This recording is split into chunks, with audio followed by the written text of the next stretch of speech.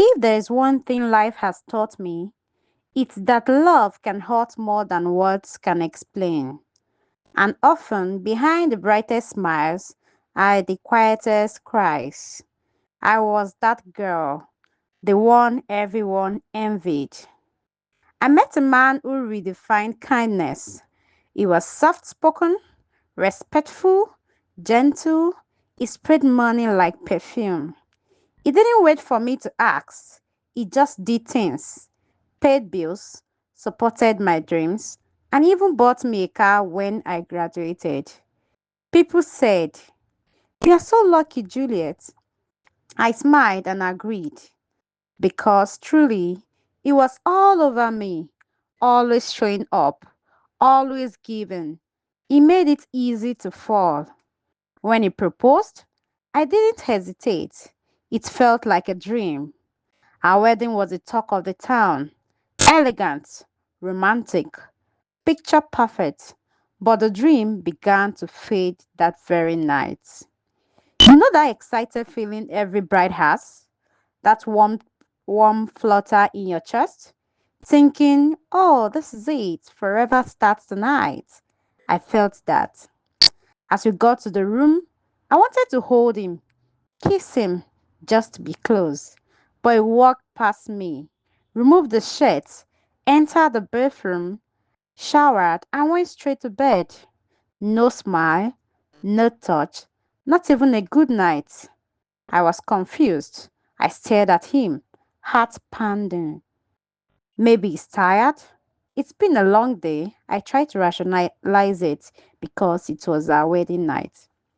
But the next morning, I woke up to an empty bed. He was gone. I called severally, no response. By noon, I realized something chilling. He had untagged himself from our wedding photos and locked all his social media pages.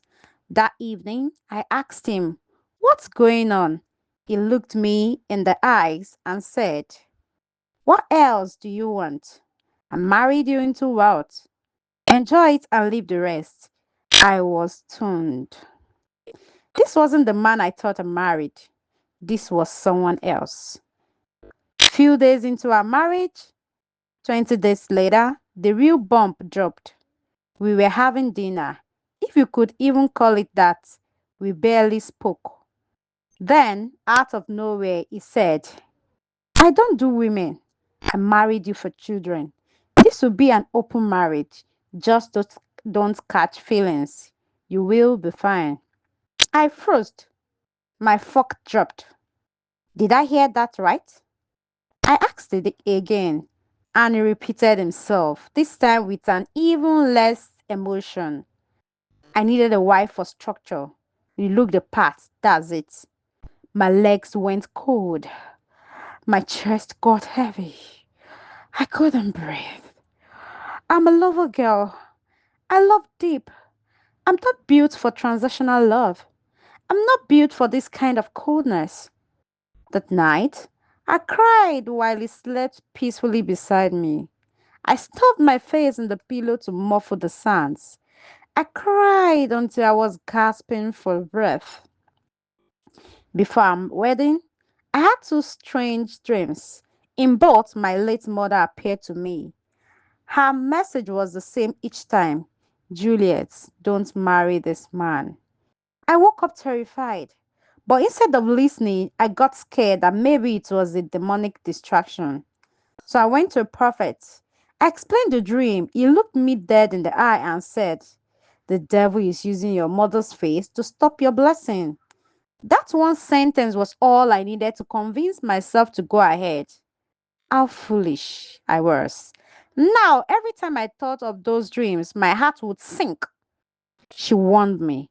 She saw what I couldn't, but I silenced her voice. The next 6 months was a nightmare. No intimacy, no affection, no care. We didn't even share a room anymore. Then his partner started coming around. Yes, his male partner. They laughed in my house, shared drinks, took trips. They were in love while I was invisible. I started fading. I stopped doing my hair. My skin broke out badly. There were days I wouldn't brush until evening. Sometimes I wouldn't even shower twice. I stopped dressing well. I stopped caring. I looked in the mirror and didn't recognize myself. I had become a ghost of the woman I used to be. One day I opened up to a friend. She listened without judging. And then she said something I will never forget. You don't owe anyone your debt. Fight for divorce and walk away. Her words hit me like thunder. No one had given me that permission before. It was like God spoke through her. That night, I didn't sleep. I kept replaying her words. A week later, I filed for divorce. People talked, some laughed, some said I was ungrateful, but I didn't care. For the first time in months, I could breathe. Today makes it 2 years since I left. 2 years since I walked away from a marriage that was never mine to begin with. 2 years since God rescued me. I don't tell this story out of shame. I tell it because someone out there is dying in silence. Someone is married but lonely, loved but not cherished, adorned but not valued. If that's you, hear me clearly. You have permission to choose you, to break the silence, to seek healing, to walk away.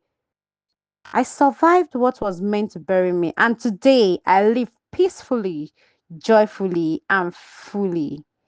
If you enjoyed this true life story, make sure you subscribe on this channel, hit the like button, and don't forget to leave a comment. Thank you.